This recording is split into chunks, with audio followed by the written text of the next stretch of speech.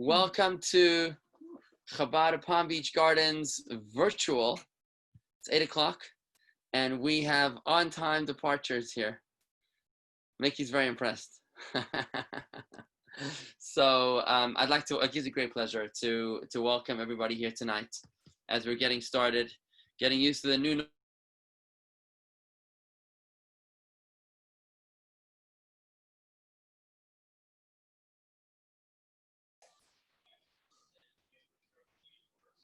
stay tuned for that happening. But for the meantime, we are still gathering this manner.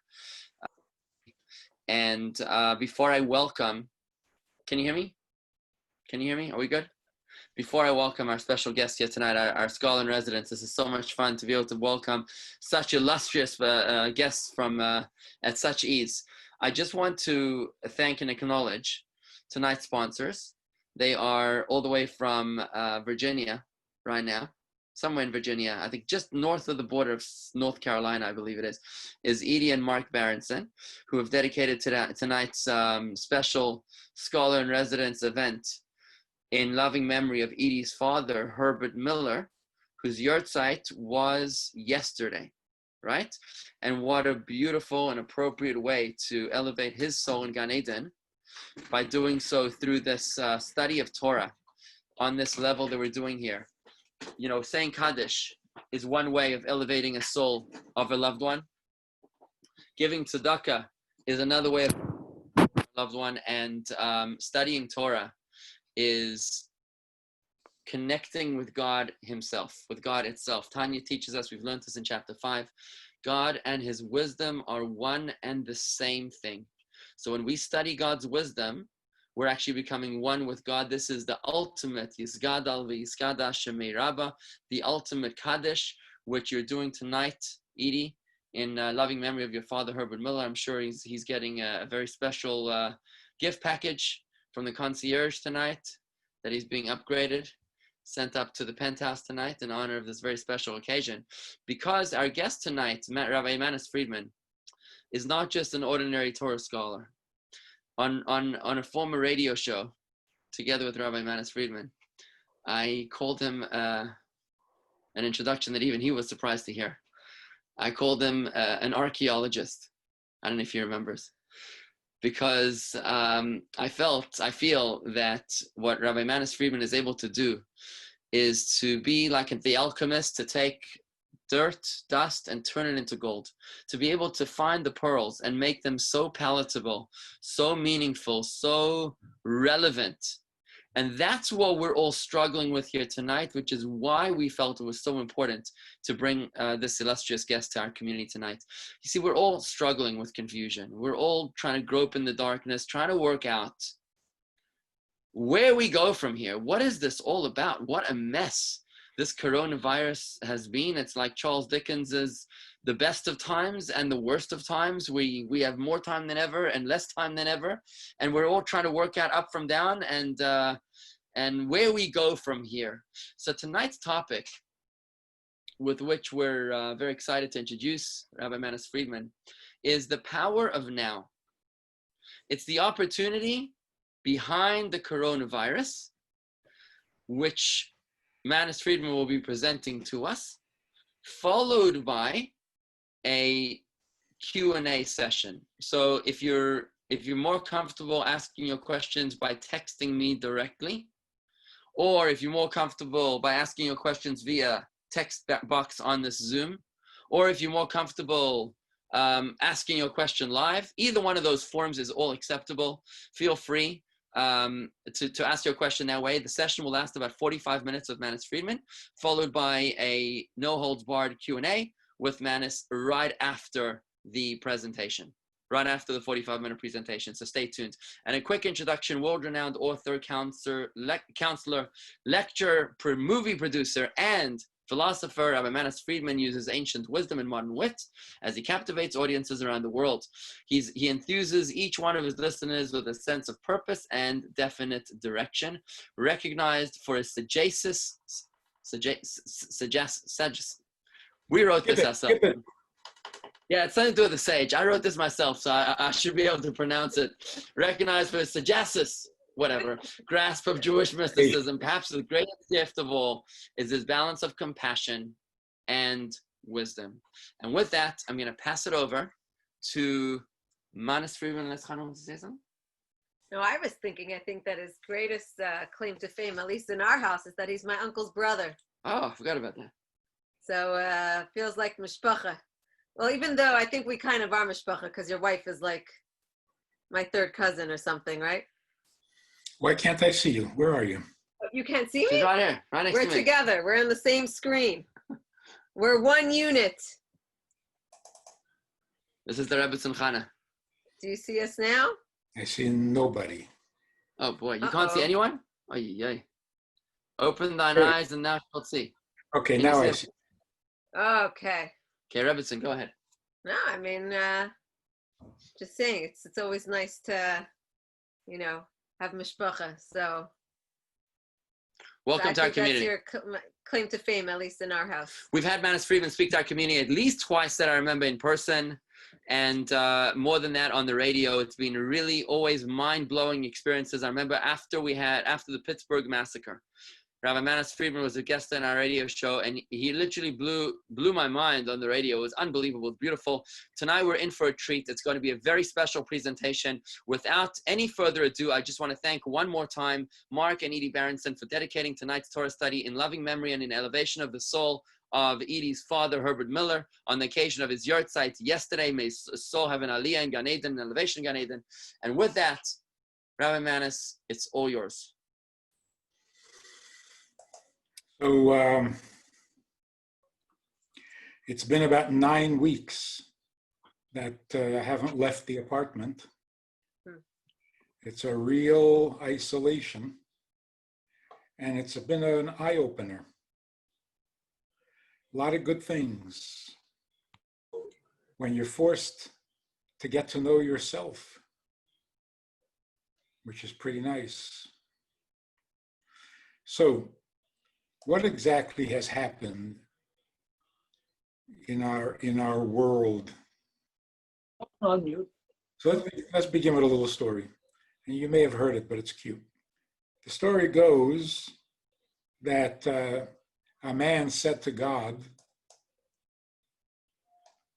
I tried very hard. I gave it my best shot. I'm so frustrated.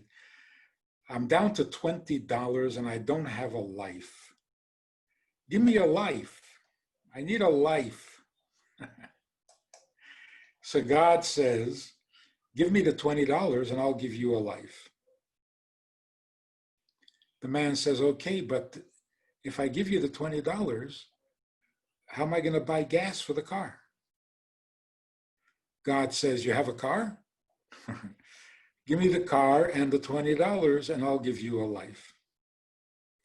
The man says, okay, but if I give you the car, how am I going to get to work?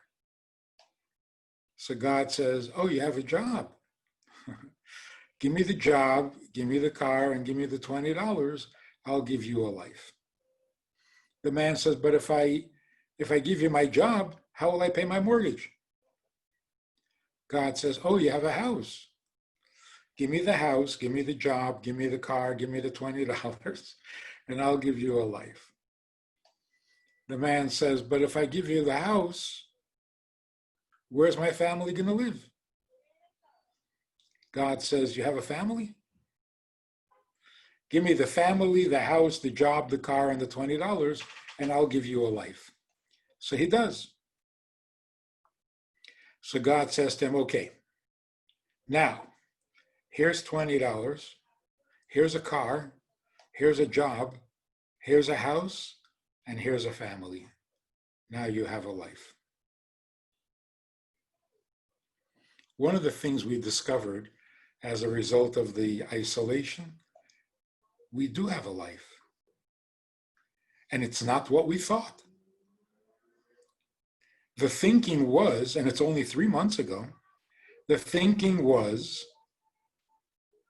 life means hopping on a jet plane, traveling, entertainment, sports events, eating out, shopping, going to work, going to school. That's life. If you take all that away, then we have no life. We have no life.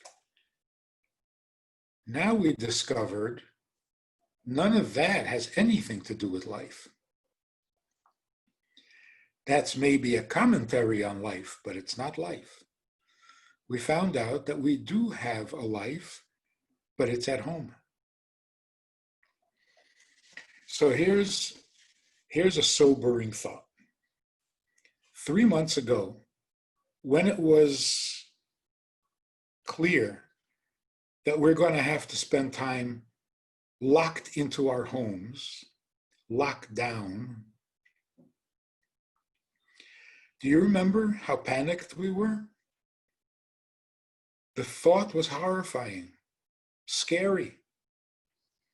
Stuck in the house with the kids. This is not going to be pretty. And couples stuck with each other in the house, this is dangerous. The experts were saying that domestic violence is going to go through the roof. The truth is that there is some domestic violence. But the pleasant surprise is that we discovered that we really like being home. Children love being home. Parents like being home with their children. It's not only not a disaster, it's pretty nice. And couples who were literally on the verge of divorce got locked into the house together with each other, no distractions, no escape. And they're starting to like each other. They're starting to appreciate having each other. This is the good news. The sobering news is 3 months ago, we thought that being uncomfortable with your children and being uncomfortable with each other and needing to get out of the house as often as possible, we thought that was normal. We thought that that was life, as good as it gets. Now looking at it, it really is shocking. 3 months ago, did the children know that you are desperate to get away from them? That you want to send them to school not for their education, but just to not have to be with them? That you go to work because it's a break, a relief to not be with them? Did they know this? And you want them to have a good self-image? It's really shocking how we could be so confused and so misguided about this. What kind of a marriage is it that the only thing that keeps you together is that you spend enough time apart?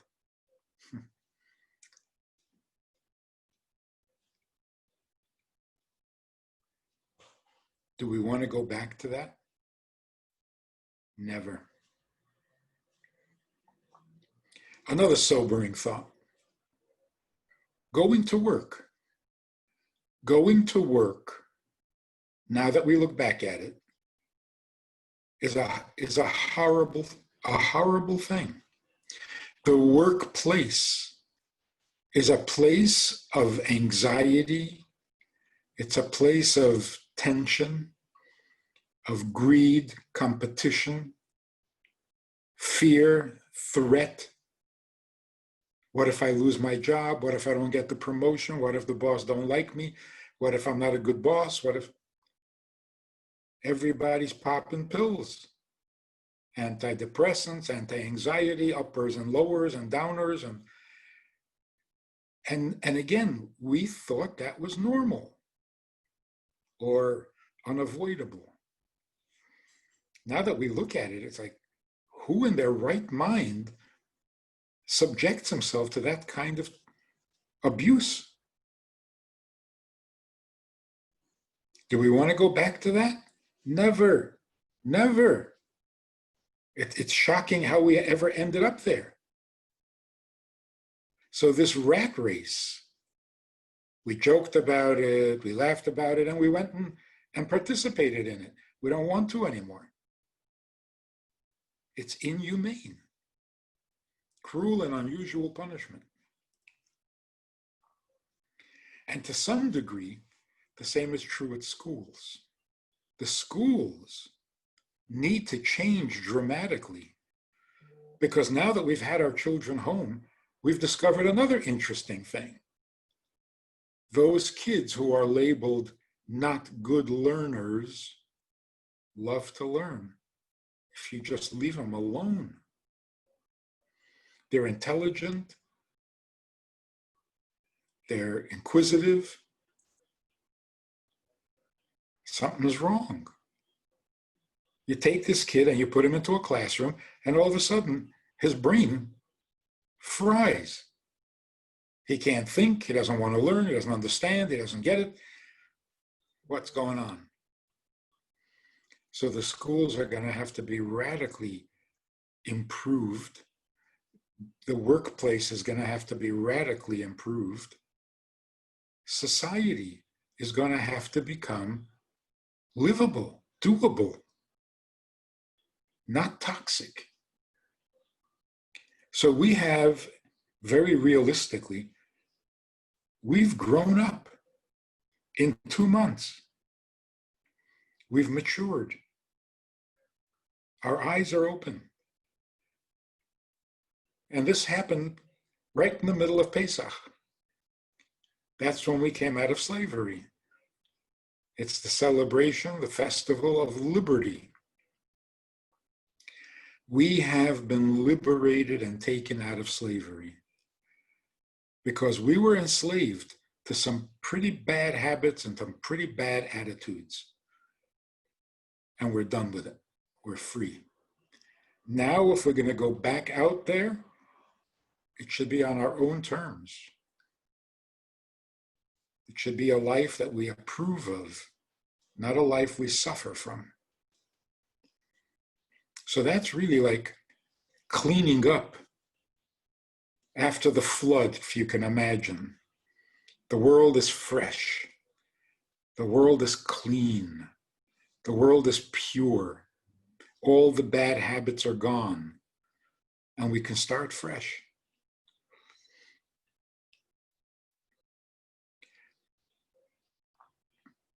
What about all the tragedy?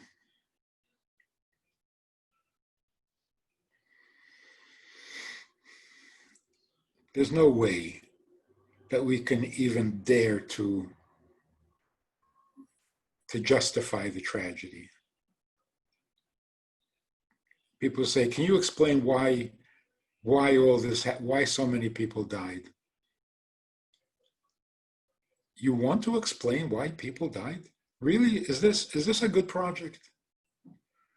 You want to explain it? In other words, you want to make it okay? You want to give a good explanation, justification that will show that dying, all these people who, yeah, it was okay. It was good. It was good. Why would you even want to go there? Who says you're even allowed to go there? Where is it written that you're allowed to justify the loss of life? Remember, the Medrash says that when the Egyptians were drowning in the sea,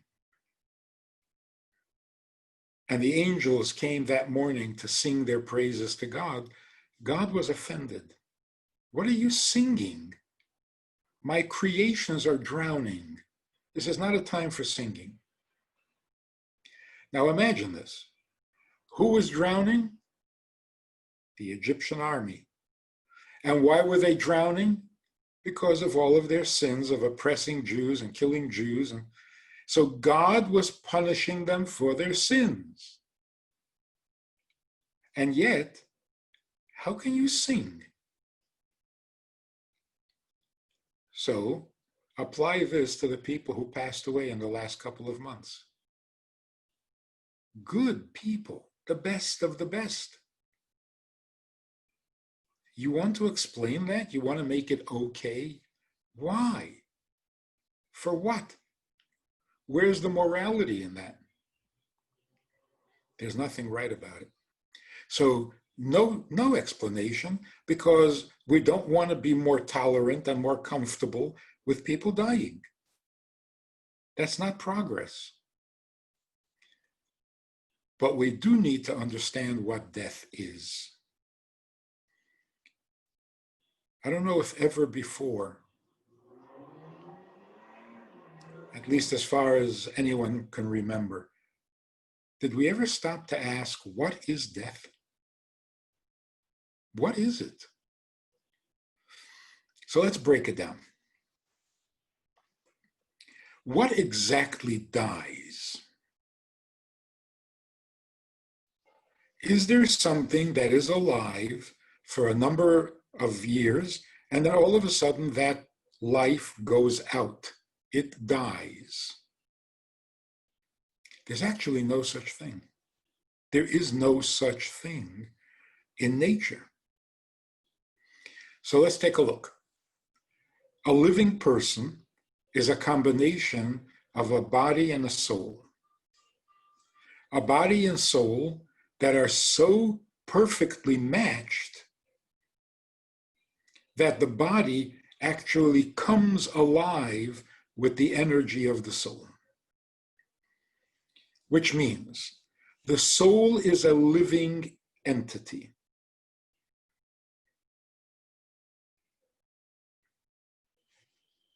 It's like this comedian who says, I always wondered, what do batteries run on?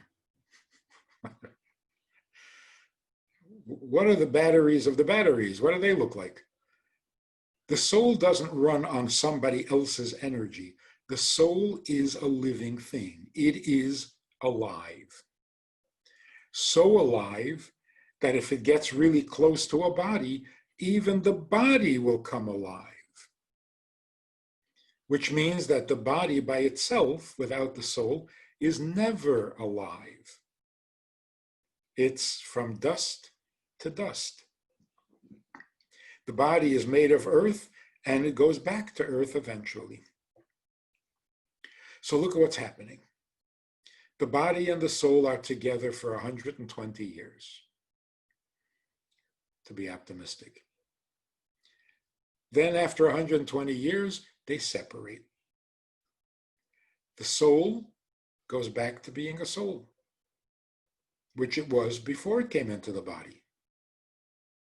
So it is still alive because life doesn't die. I mean, how can life die? That's like, how can you have dry water or cold fire? Life is alive. It can't die. So it just goes from here to there. It passes. It doesn't extinguish. The body, on the other hand, is no longer alive. But then again, it was never really alive. It was borrowing life from the soul. So you can't really say that the body died because it's not a living thing. The soul doesn't die because it is a living thing. So what died? It turns out, and this is the Torah definition, death means the contract has run out. The combination of body and soul, every time a soul is sent into a body, it is given a certain amount of time.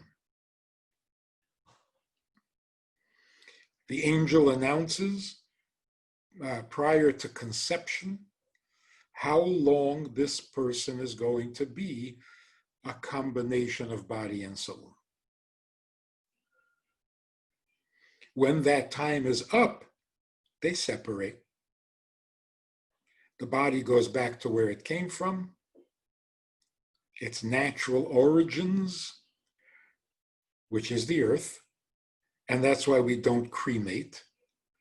The body needs to be allowed to go back to where it came from, to its nature. That is best for the body, most natural. And the soul goes back to where it came from. A soul among souls.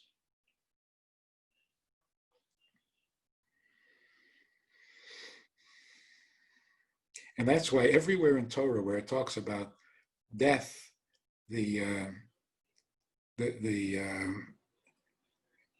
short time that we get to spend as a body and soul, wherever it speaks of that, it speaks about the limit of days, the end of days, the days given for this body and soul to be together. So what actually runs out? What expires? Your time. Soul doesn't die. The soul remains itself. It retains its personality. You see, in nature, there's a law of the preservation of energy, the preservation of matter. So nothing really disappears, but it transforms. So what happens to the energy, the life of an animal when it dies? Well, it remains energy, but it can be the energy in anything. It becomes generic. The human being, the soul of the human being, doesn't just remain in existence. It retains its identity, which means it's still related to its relatives. It retains all of its memories, its agonies and its ecstasies. It is the personality that it was in the body, because all activity is the soul. The eye doesn't see, the ear doesn't hear, the brain doesn't think. It's the soul thinking through the brain. The soul sees through the eyes. But without the eyes, the soul would see better. The eyes are kind of limiting because an eye can only handle so much light. Whereas the soul can see much better when it's not inside the body. So everything the soul saw while it was in the body, it remembers and it retains. The body, on the other hand, remembers nothing because it wasn't the body that was seeing or hearing or feeling or thinking. So when your father, grandfather, mother, grandmother pass away, the relationship has not changed. Your mother is still your mother, your father is still your father. They're hard to reach. Some parents are hard to reach even when they're in their body. But they are still very much real, very much themselves. They still care about the things they cared about.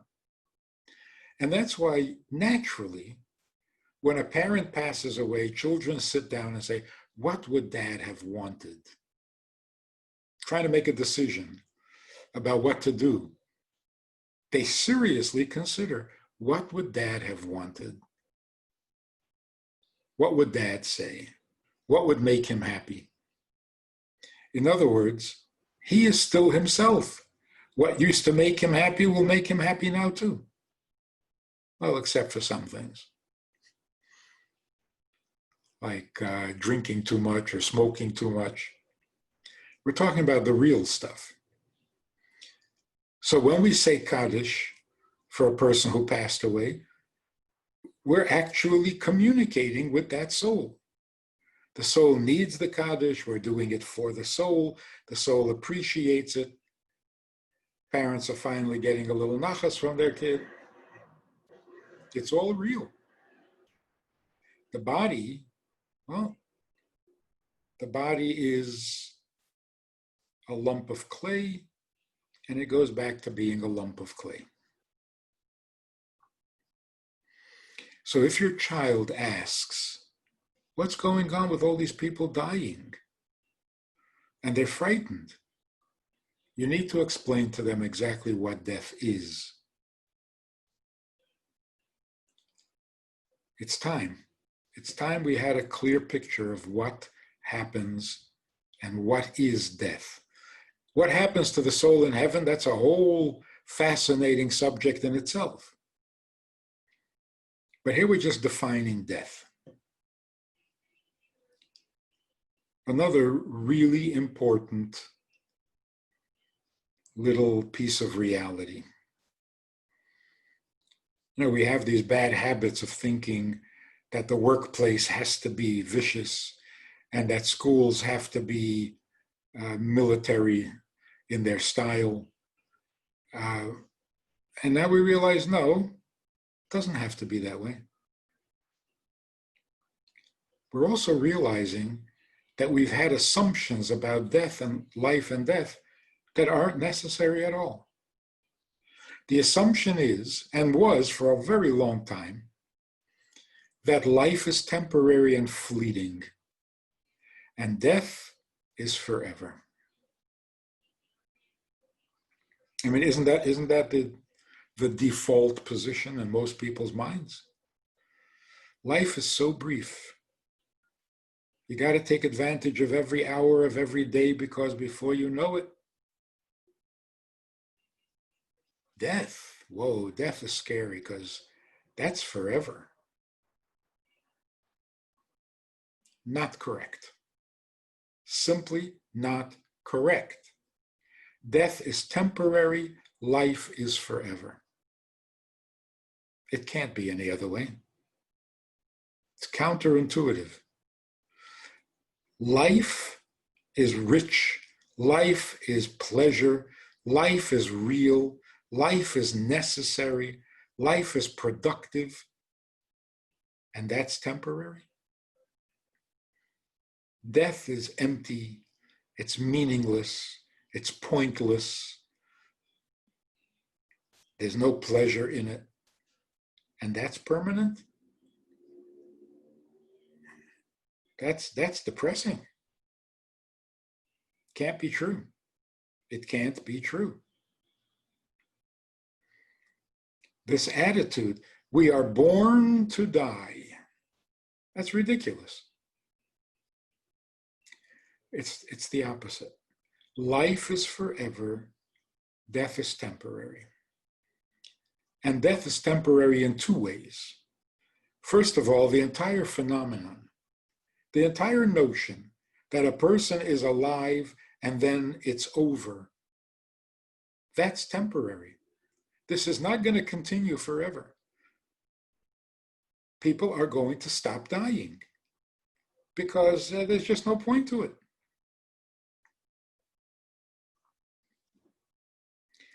It's also temporary for those who've already died.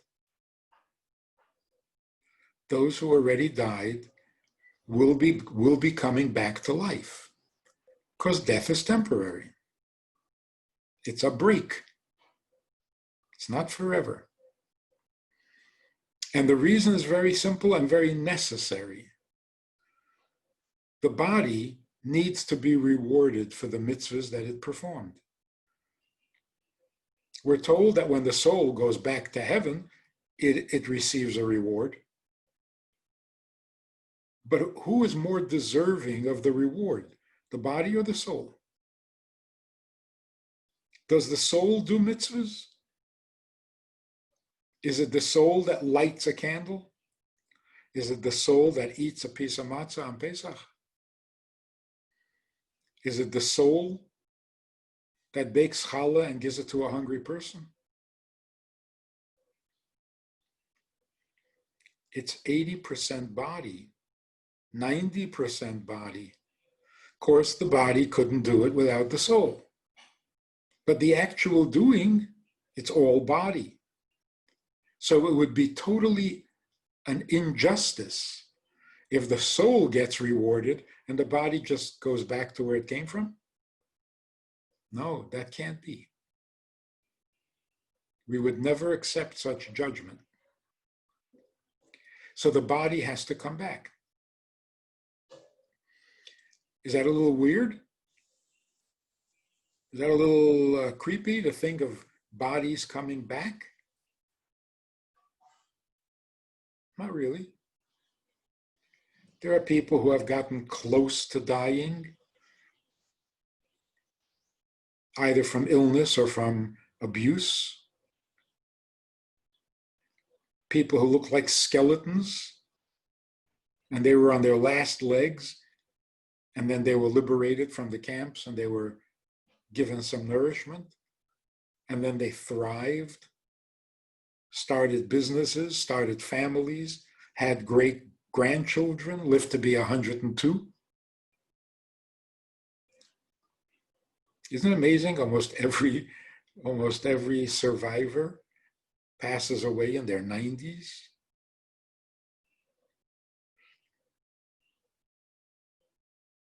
So they've been very close to death. They looked like they were gone. The body was gaunt. So you come back. You lose weight, you gain it back. The body decomposes.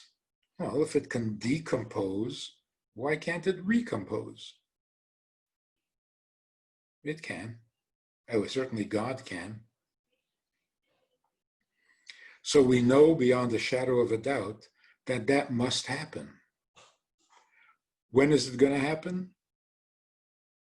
After Mashiach comes, which is pretty soon. So the people who passed away, let's say 4,000 years ago, they've had a long break. Yeah, they're going to come back, but they missed 4,000 years of history. They're not going to recognize the world. But those who passed away in the last 3 months, they're going to be back in a short time. It's really temporary. Now, we know that the synagogues were closed for the last 3 months. You don't have a minyan. Without a minyan, you can't say Kaddish. So the people who passed away in the last couple of months, nobody said Kaddish. That would be considered a terrible tragedy in Jewish history. This time around, it's the opposite. The people who passed away in the last couple of months do not need Kaddish said for them. There's something different.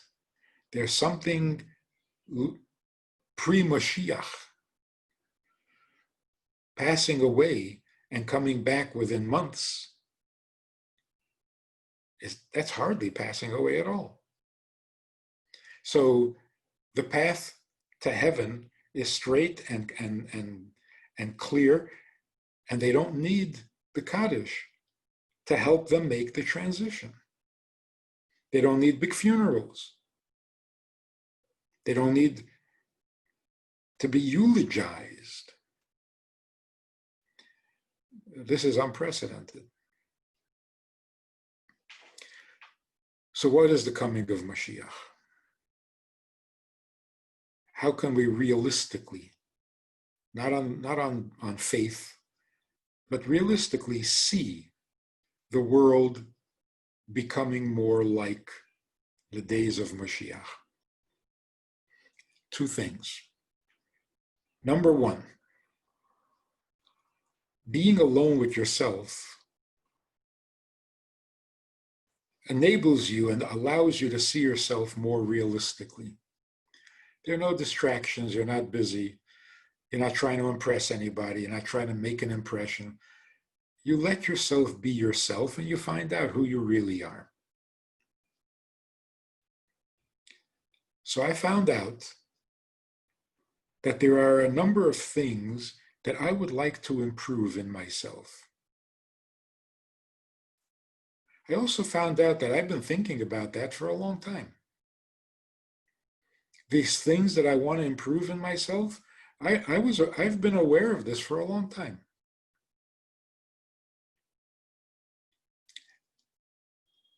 And I was determined to make those changes for a long time now. I think it was like 20 years ago that I decided to make this improvement in myself. I knew I should, I wanted to, and I intended to. And I realize it's been 20 years. 20 years I've been making the same New Year's resolution, and it hasn't happened. Now, traditionally, until really recently, I would blame myself, of course. Everybody would blame me. If you don't make the changes you know you should make, it's because you're not sincere. You don't really mean it. Because if you really wanted to, you would make the change. That's true. I can blame myself.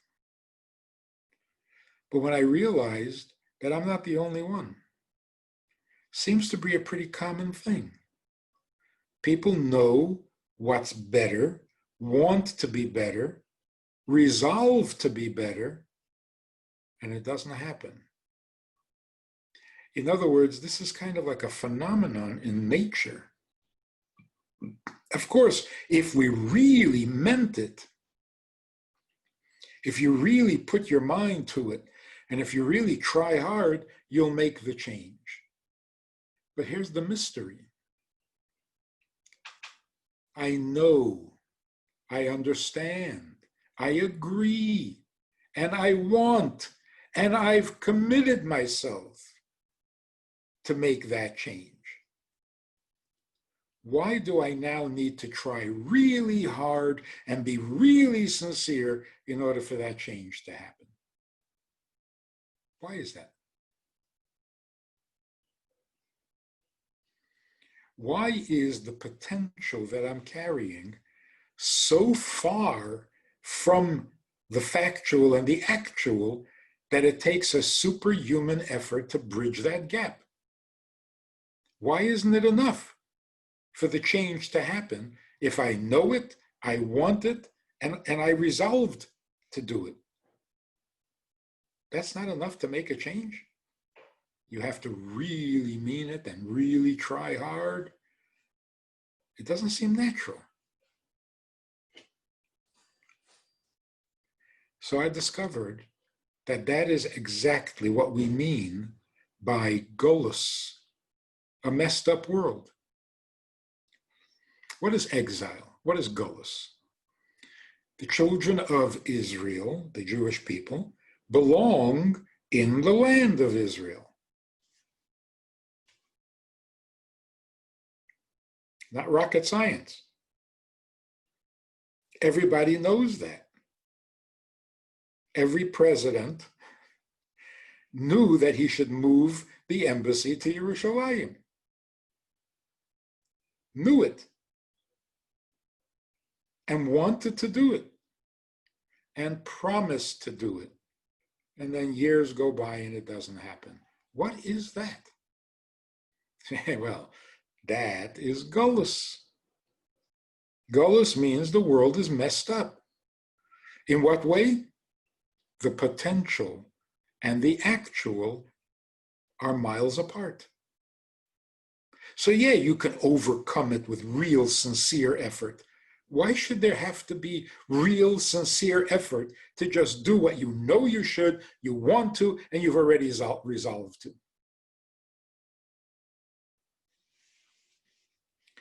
So what's going to happen when Mashiach comes? This cloud that keeps the potential from the actual is going to disappear. Finally. And people will be as good as they intend to be. Would that make the world perfect? Oh, absolutely. Some of the worst people in history intended to be good. Every revolution was with the intention of making the world better. It didn't work out so well, like communism But everybody thought they were becoming better. So if everyone would become as good as they know they should be, without having to be told, without having to be forced or threatened or even inspired, you know, you want, and you've already resolved to do it. Why do you have to have another step? So when Mashiach comes, that will be unnecessary. People will be as good as they intend to be. Is that a miracle? No, that's just healthy. The miracle is that all these years of Golus, there was this unnatural, supernatural gulf that separated the good intention from the good outcome.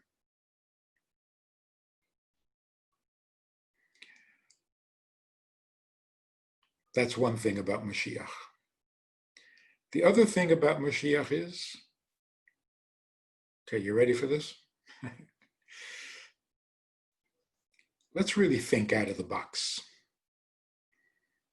We don't want to go back to a toxic work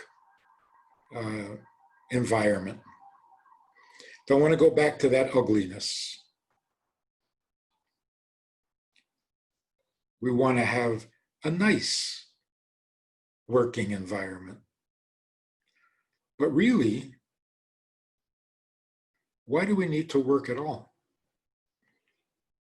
Where is it written that in order to support yourself and your family, you have to go to work? That also, now that we think about it, it also seems completely exaggerated. You have to work 6 days a week so that you can have 1 day to live. Something wrong with that equation? So people are starting to think, maybe it should be the other way around. Maybe we should work 1 day and have 6 days to live. Why haven't we tried that? Why haven't we worked at that? Why have we accepted this unnatural, totally unnatural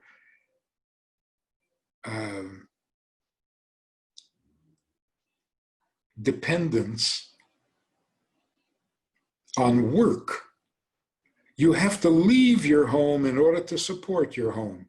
You have to spend most of your life away from your family in order to support your family. Doesn't that seem kind of lopsided? Top heavy? When Adam and Eve ate from the tree of knowledge, something changed. Instead of having all their needs met by nature, whatever they needed grew on a tree. After they ate from the wrong tree, God said, "You will eat bread by the sweat of your brow." Now all of a sudden, you have to make the wheat grow. How do you do that? Well, first you got to plow the earth. Then you got to sow the seeds. Then you got to reap the harvest.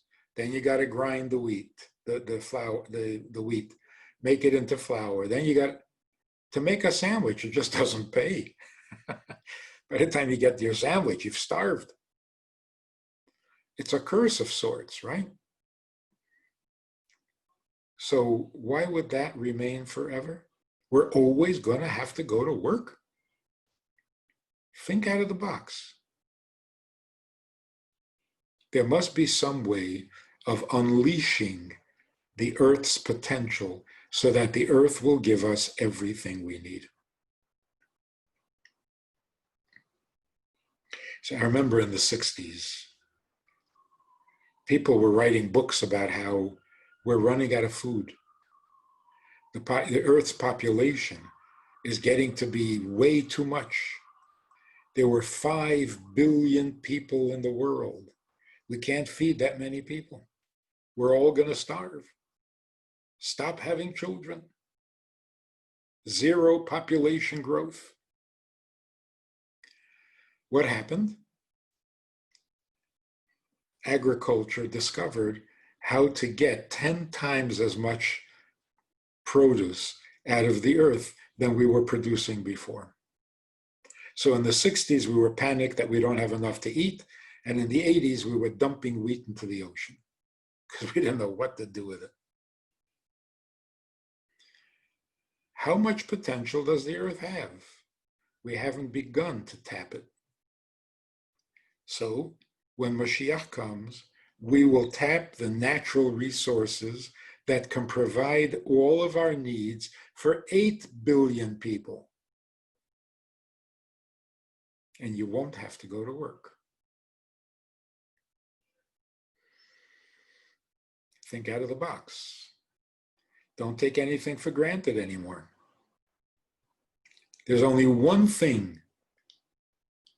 There's only one thing that is real and true, unchanging, eternal. And that's God's plan. So what is God telling us by closing the synagogues? So there was a cartoon online. The cartoon was the devil speaking to God.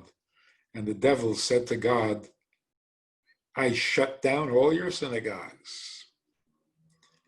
And God says, don't be silly. I turned every Jewish home into a synagogue. God is telling us something. The world is ready to become perfect, to become holy. All the great, huge breakthroughs, bringing heaven down to earth, it's all been done. And it was done by great people, people bigger than life. Moses and King David and Elijah the prophet and the sages and all these huge, huge giants of spirit, they brought heaven down to earth. They withstood all the challenges. Our own grandparents who went through the Holocaust, they were giants. They survived it, and they started life all over again. Amazing. What is left that still needs to be done? The little finishing touches. So God gives us a very visual and vivid lesson. There is this little thing called a virus. You know what a virus is? Nobody knows what it is, because it barely is. Bacteria we understand, and that's why we have antibacterials, we have antibiotics. We also have good bacteria as well as the bad bacteria, because bacteria are living organisms. There's life in them. Sometimes it's the wrong kind of life, but it's alive. And therefore, you can have a good form of bacteria. A virus has no life. It's a parasite. It steals life from you if you let it. If you're, what do the doctors call it? If you're compromised. If there's some place within your system that is not fully alive, that's where the virus can get you. Maybe that's why children who are so enthusiastic about life are practically immune. So what is God showing us? A tiny little thing like that, that has no life of its own. It's microcosmic. It can shake the world. So now imagine, if you do a microcosmic mitzvah, if you do a tiny little kindness, it can shake the world in the other direction. So God closes the synagogues.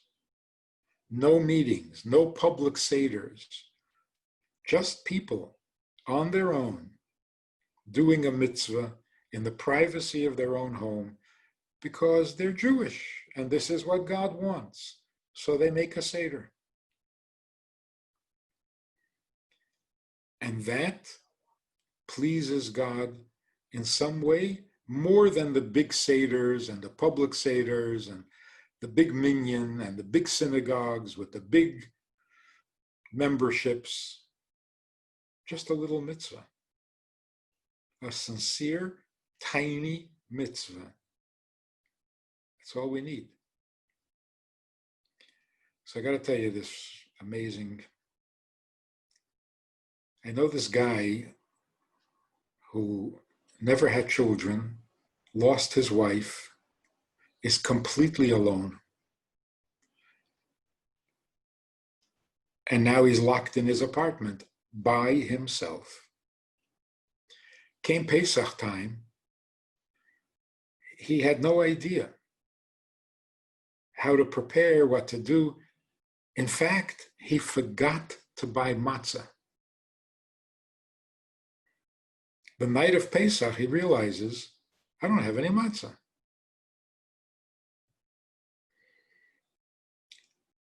So he searched the house,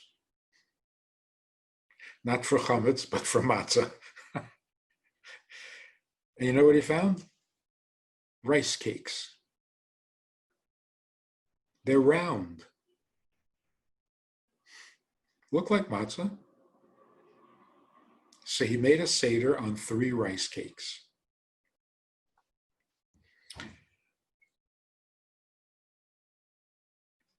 Religious thinking, religious people would say, why do you even bother? Don't do that. You don't make a Seder with rice cakes, okay? You didn't even think to buy matzah. What are you making a Seder for? You're not going to get away with this. This is wrong. So for you to make a Seder, you shouldn't have bothered. It's so meaningless. The secular person will say, what are you doing? You're not that religious. I mean, you forgot to buy matzah. And besides, what do you know about making a Seder? You're no rabbi. So you're going to sit there and make a Seder on rice cakes? It's not necessary, really. So don't bother.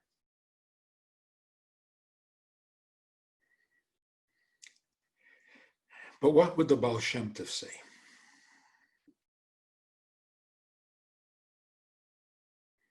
There's no doubt. The Baal Shem Tov would say, this is what God lives for. To see a Jew in his simple, sincere, artless desire to do what God wants. Nobody's watching. Nobody's going to applaud him. Nobody's going to criticize him if he doesn't make a Seder. No one is going to know. He has no ulterior motives to do this. None. And yet it is so important to him to at least try, at least something, make a Seder. So what would the Baal Shem Tov say? That Seder was more precious to God than all the big public Seders that we make in the synagogues and in the Chabad houses and large families getting together and celebrating. That little Seder there that nobody will know about brings God to tears. How great are my people? You could call that a microscopic mitzvah. But a microscopic mitzvah has all the power to change the world. Now, all of this is just a very vivid example of how we're supposed to think There are people online, some of them rabbis, who have explanations. They know why we're dying. They know exactly. They know why the shuls are closed, because God doesn't want to hear from us. He's angry at us. He's had it. He's telling us to stay home like bad boys being sent to their room. They know. They know it's because we talk badly about each other. No, it's because we speak while we're in. No, it's because we don't. It's because they know. They know every fault, every misdeed that we've ever committed. That's why we're being punished.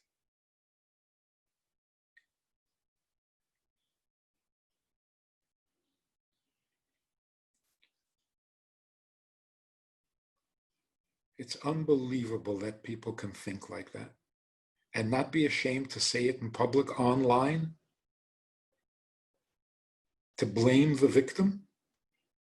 This is Jewish? It's not. It's not. Here's the conclusion we need to come to.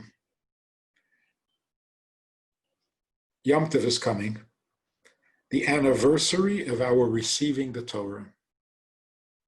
Do you know when that happened?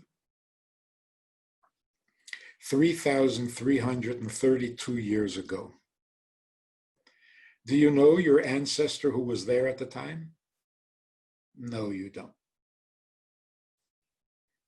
We have no pictures of him, of them. We have no written record of who they were. We don't know. Our ancestors. Our ancestors stood at Mount Sinai and God said, "Will you be my people?" And we said, yes. He said, "Will you keep my mitzvahs?" And we said, yeah. They said, yes. 3,332 years ago was the first time God spoke to us. It's also the last time. We haven't heard from him. And 3,332 years later, a Jew is sitting in his apartment all by himself.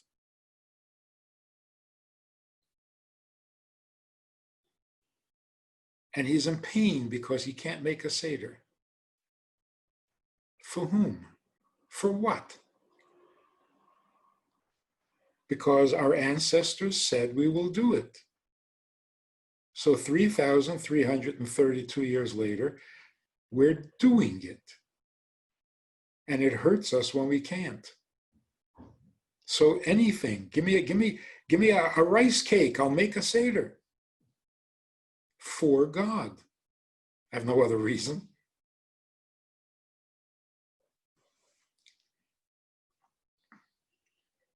Can you imagine that God is disappointed with this Jew? How can that even be? Now add to that. Of these 3,332 years, at least 2,332 of them have been horrible. Horrible, unspeakable, suffering, persecution.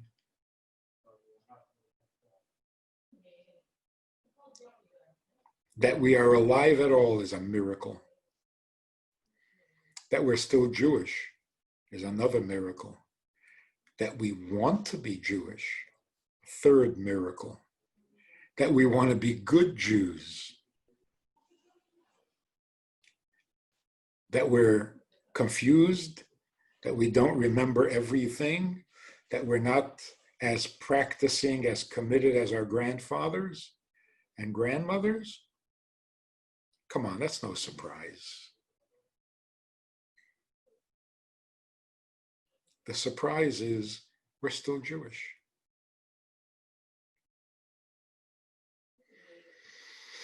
And we're still making a Seder.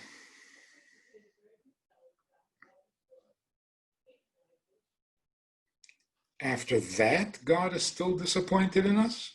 So disappointed that he will punish us? You're out of your mind. It's got to be the opposite. Moves God to tears.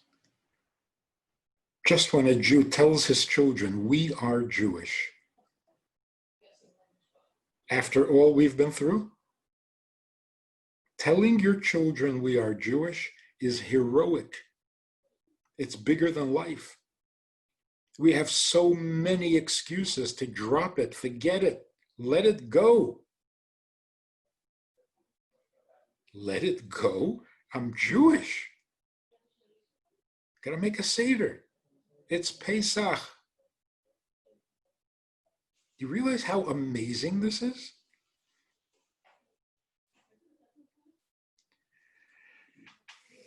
God is absolutely thrilled with his people, with his children. How can he not be? And for people to get up and say we're being punished, God is angry at us, what are you thinking? What are you talking about? It's so not Jewish.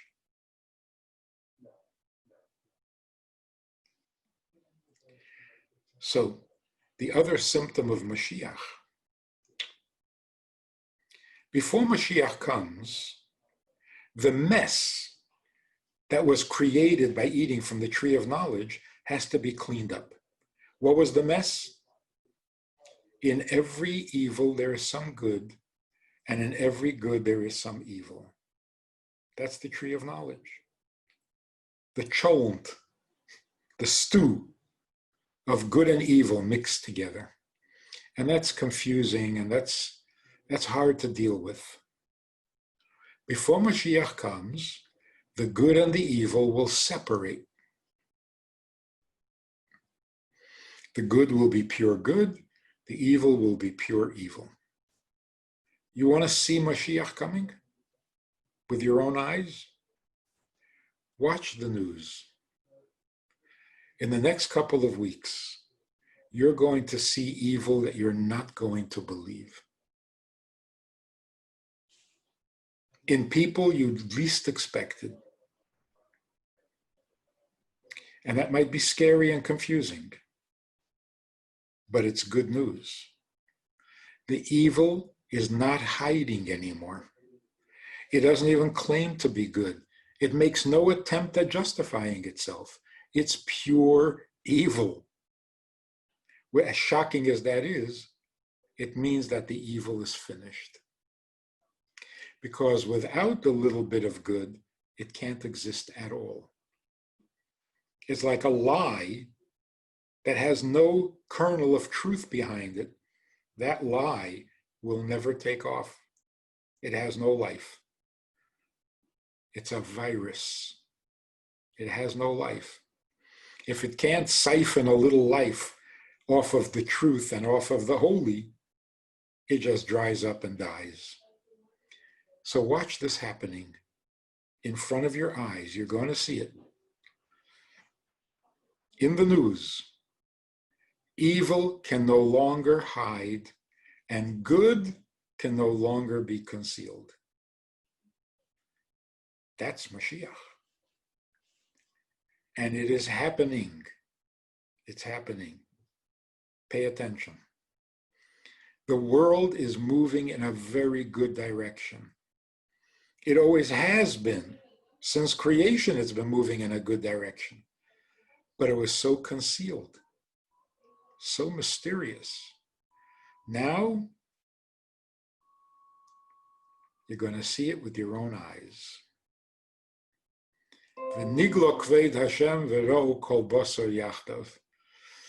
Now it's there for everyone to watch.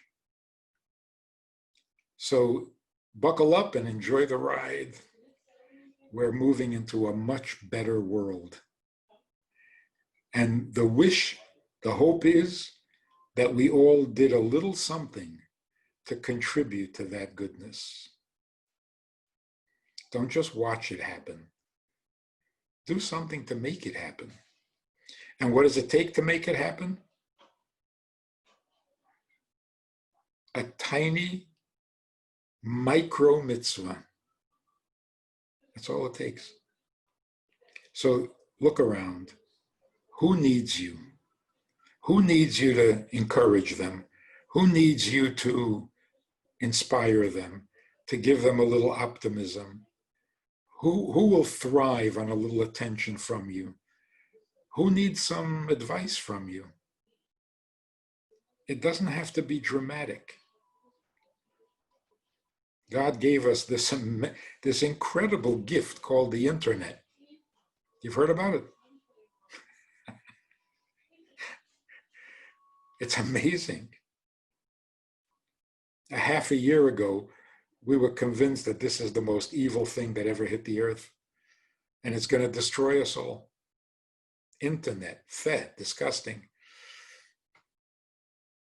It has redeemed itself.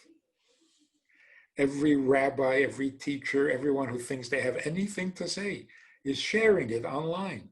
This has become the biggest yeshiva ever.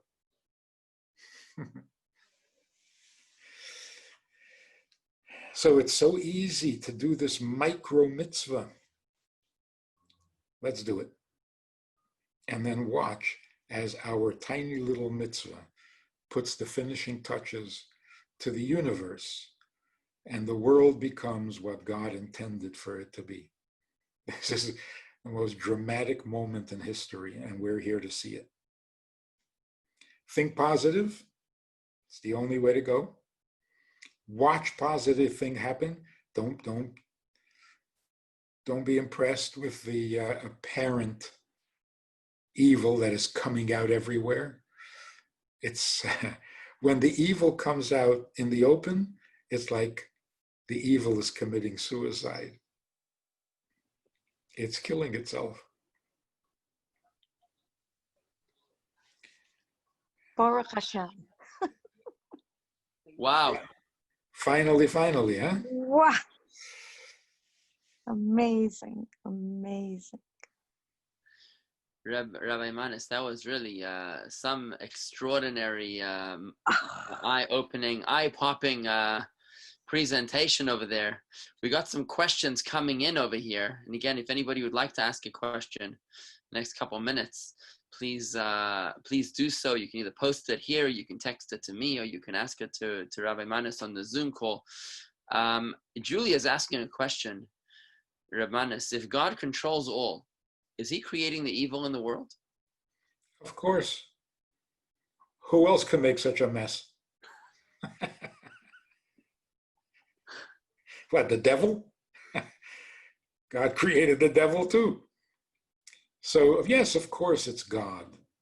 But God warned us right from the beginning. You know, there was no misunderstanding here.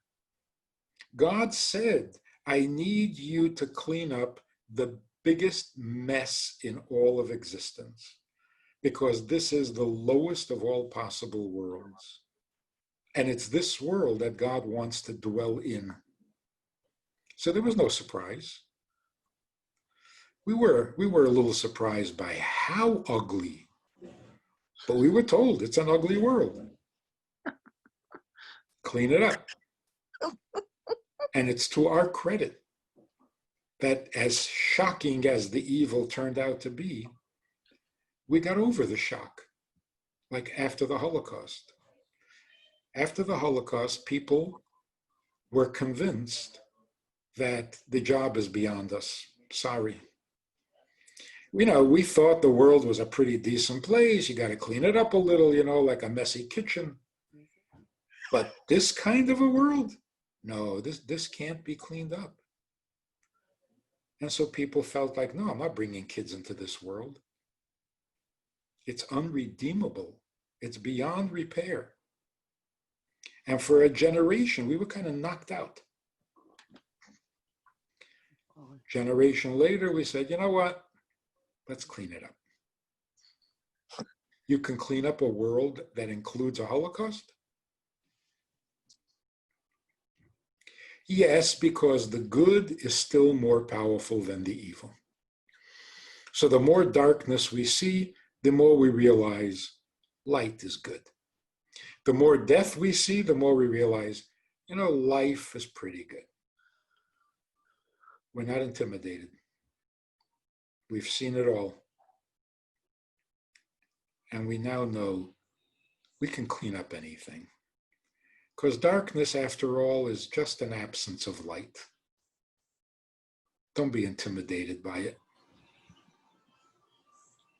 The good will prevail. We would like to be the creators of good.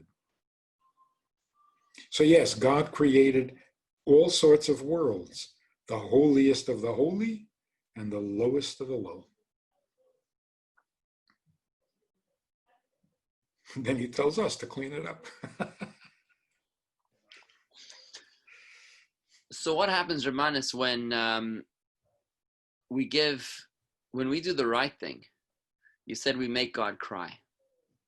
When we do even the most minute mitzvah, a little virus mitzvah, you said we make God cry. But what happens when we don't get that message? What happens when we're still living in the golus, the exile mentality, and we keep on messing up? What happens to those of us that aren't conscious yet, that aren't experiencing the now?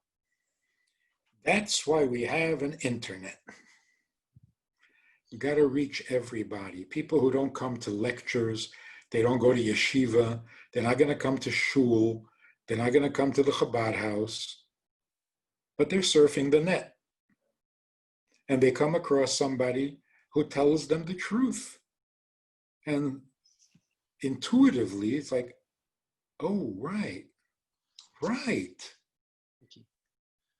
And they get all inspired and they start to make the world better. That's our job. That's our job. This negativity, by the way, every pain is punishment for sin. This is not Jewish, this is Christian. And even the Christians don't buy it anymore. So we've got to get rid of this.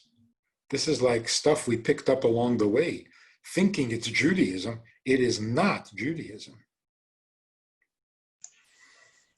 In fact, we use the expression, God is brought to tears of nachas and pleasure. Do we mean that literally? Yes. God is not a perfect little statue with no feelings, no needs, no pain, no pleasure. That is not Jewish either. That God is too perfect to bother or be bothered, that's not Jewish. That's not written anywhere in the Torah. That's another religion. The Torah tells us right from the beginning. Why did God choose Noach to be the one to be saved from the flood? Because Noach found favor in God's eye. Is that a little too human to attribute to God? No. We have a little bit of godliness, so we also have feelings. But he has the real thing. We're just a copy. So if we have feelings, if we have sentiment, if we can cry from good news, certainly he can. So his tears are real, more real than ours, not less. So you see how we've lost the Jewish original concept? Because we've been in exile too long, exposed to too many other ways of thinking that we kind of felt we had to compete with. But now we can go back to the original Jewish idea. Yes, God cries. He's at least as sensitive as you are. So it brought the Baal Shem Tov to tears when he saw the sincerity of the simple Jew. If a human being can cry over beautiful things, God can certainly, infinitely more. So let's not discount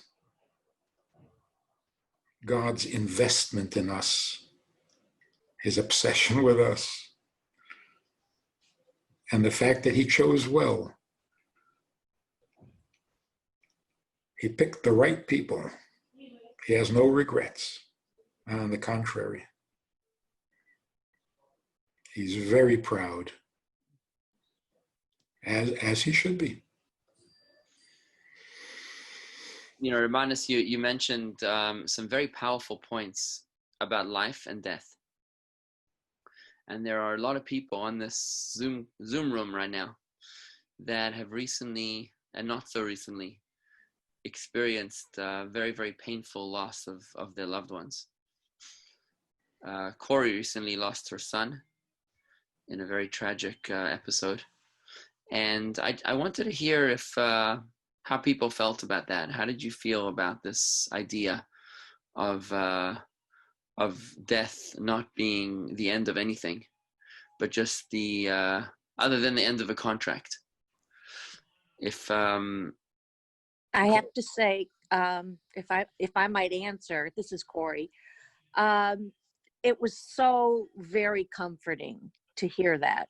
It really was. I've heard it phrased in other ways similar to that, but the way Friedman, Rabbi Friedman, the way you expressed it, really, I mean, it brought me to tears. Obviously, it doesn't take much anymore, but I felt so very comforted by those words, very much, and it really sort of changes my outlook on the whole experience of where my son is.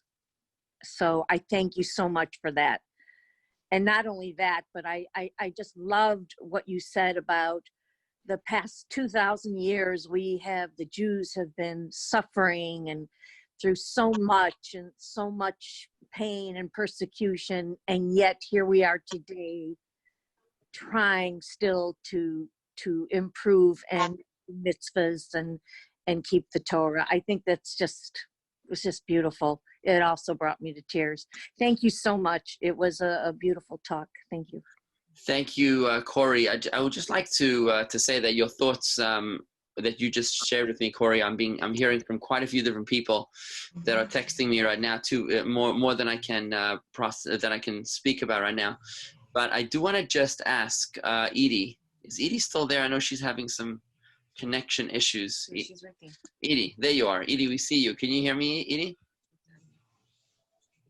One second, hold on, Edie. 1 second, hold on. I gotta unmute you.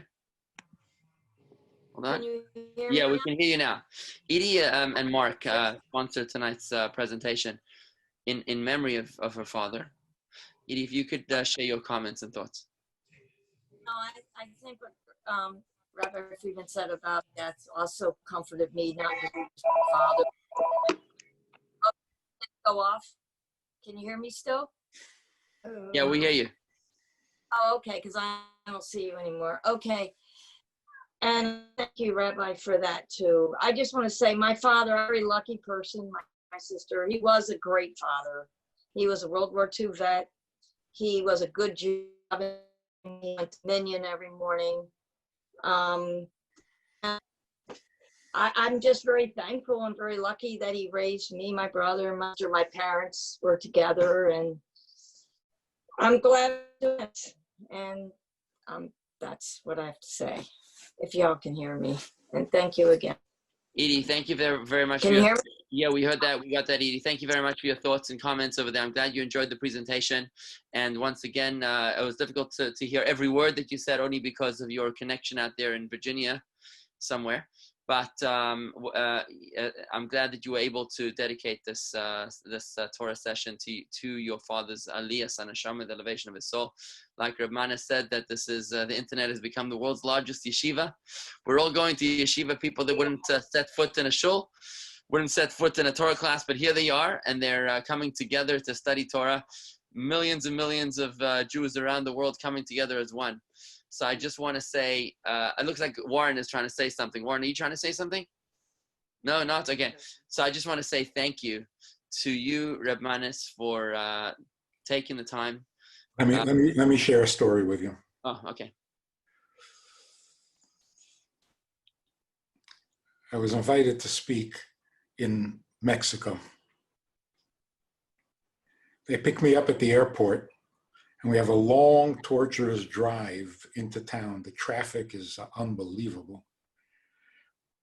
And during the drive, the guy says to me, we're taking you straight to the hotel room so you can rest up. But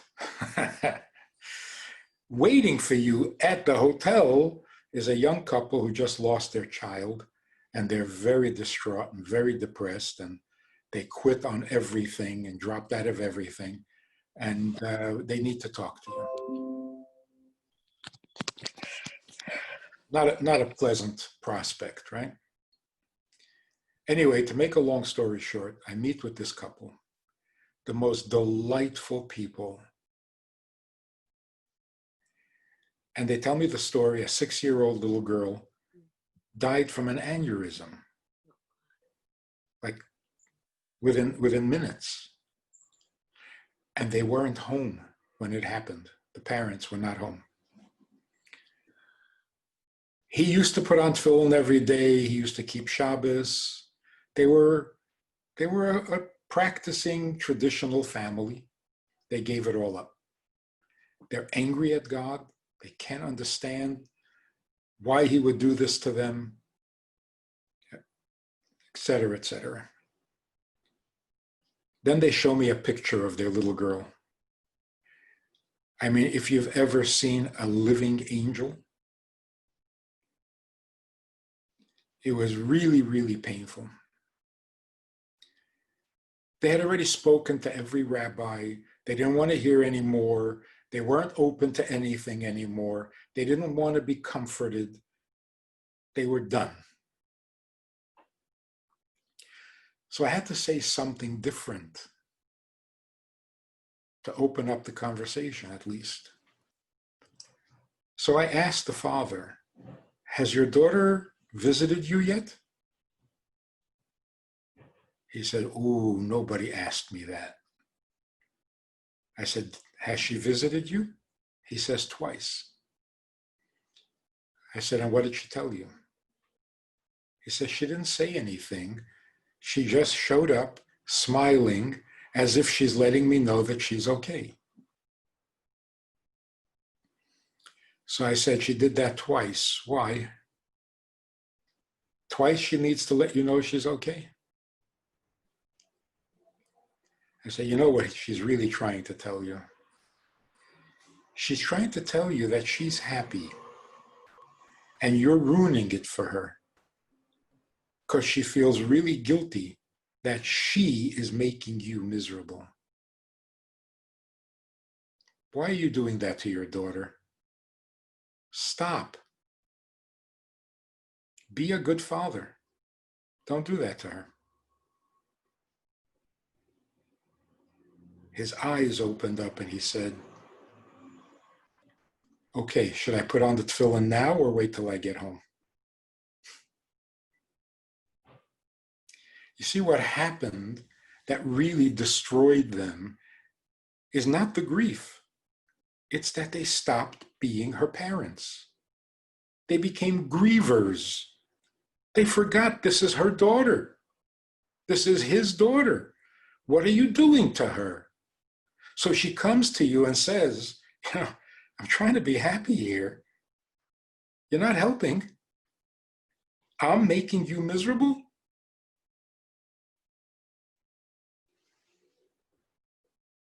You don't stop being a father. You don't stop being a mother. Like you said, your father was a good man. In other words, he's still your father. He didn't become some angel. He's your father. And he's sitting somewhere, wherever it is. That means he's not your father? He's still your father.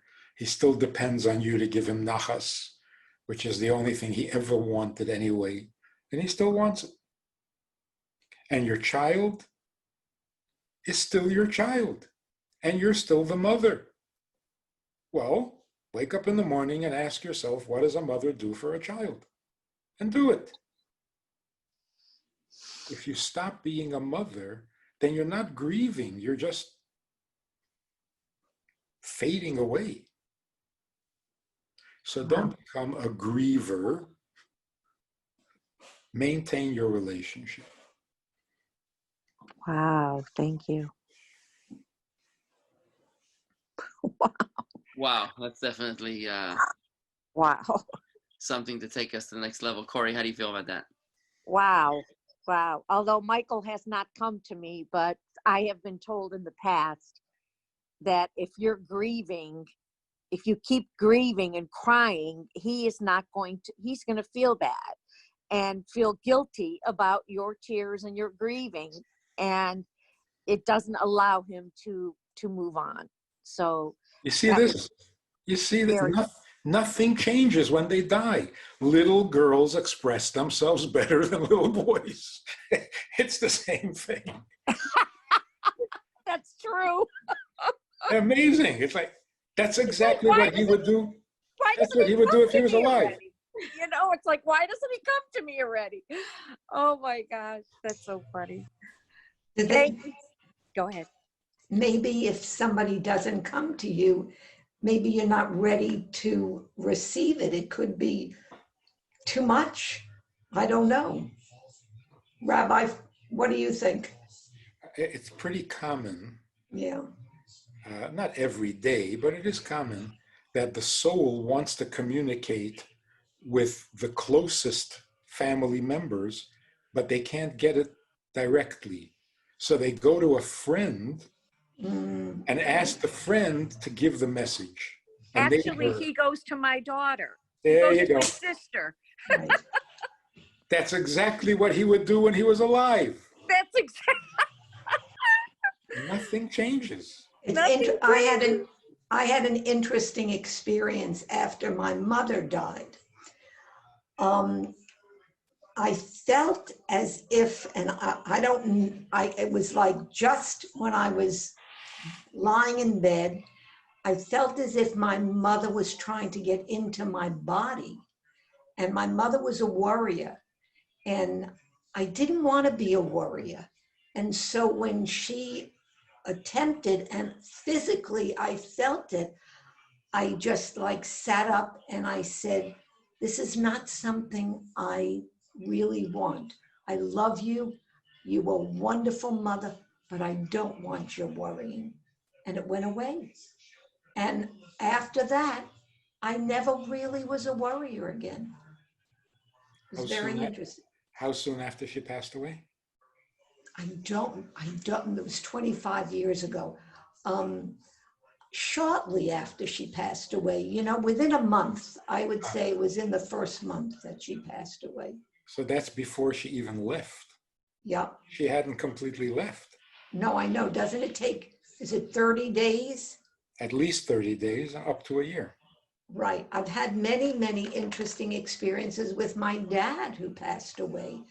He died, my mother died first, my dad died second, which we were surprised, but that's the way it happened. And after she died, I said, Dad, you have to tell me, because I always felt the connection. I knew that you don't die. I know your soul would die. I just knew it. I didn't have to study it. It was just part of me, part of a memory from before or whatever. And he did send me many, many, many messages. And it was incredible. And it makes me, you know, not look forward to somebody dying, but not fearful, very accepting of death as just another form that the soul goes somewhere else. And it helps me a lot. And this was wonderful. You were just absolutely incredibly awesome. And I have one question, and I don't want to take up, if anybody has something else to say, I don't want to take up the time. I know it's late. It's hard to grasp how easy it is to do a little mitzvah and to have such impact. The hardest thing that I find is not to keep working and doing, to step back, like let go and let God create whatever it is he's going to create. And that's a very difficult thing for me to do. And I don't know if anybody else has that hard time. But you said you stopped worrying. I did stop worrying. I did stop worrying. So you got better at it. Oh, yeah. Letting God. Oh, yes. Yes, Good. definitely. Thank you. Thank you, everybody. I think that we came across some beautiful ideas here tonight. Really challenging our perception of common day experiences. You know, as a society, as a community, we've really been shaken, and we're very fortunate here in Palm Beach Gardens, Baruch Hashem, to really have been pretty safe from the virus for the most part. But our world has certainly been shaken, and we've come to all face our mortality in a far more urgent sense than we would have liked to have these ideas in this presentation about life and death, and about the important things in life, and the importance of the little things in life is really a beautiful way to put things into perspective and help us emerge from this quarantine stronger, better rounded, more focused individuals, more conscious individuals that are able to live lives that are more meaningful. So I want to thank you so very, very much, Rabbi. It was really very special having you here. As soon as we realized we had the opportunity to bring you virtually, we seized the opportunity. It took a while to book you, but I'm glad that we were able to do this. And I thank you very, very, very much for your time. If you could just give us a closing comment before we let you go, please. I just hope that we don't fall back into those comfortable old habits. I was thinking the same thing. We're entering a much improved world, and we have to appreciate that and not go back to the old habits. The new world deserves better. So buckle up and watch the world cleanse itself. It's an amazing thing. But it could be confusing, it could be scary if you don't keep your eye on the goal. We're getting better. We're getting better, and we're coming close to Mashiach. That's A little it. concerning the way you said that the bad is going to be more scary than we ever envisioned on the news. But God willing, as long as we keep our eye on the goal, Mashiach is coming. The bad, the evil is coming out of the closet. It's going to lose its entire identity, which is really but a shadow, like we learned this morning in Tanya.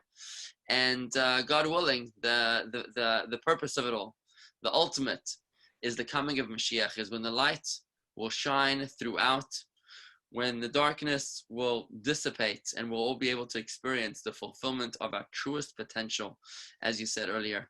I want to thank you very, very much, Rabbi. I want to just say to everybody that our next week's presentation is going to be taking place on Chabad.org with scholars in residence. Are going to be Chana and myself, as we're doing a presentation for Chabad.org with Chana Weisberg. We interviewed Chana Weisberg. Turning the tables. She's turning the tables on us. That's taking place Monday night, 8 p.m. Stay tuned for that. That's going to be after Yontif, after Shavuos, on Chabad.org. Not our regular chat, but it's a whole different forum. And with that, I just want to say thank you to everybody.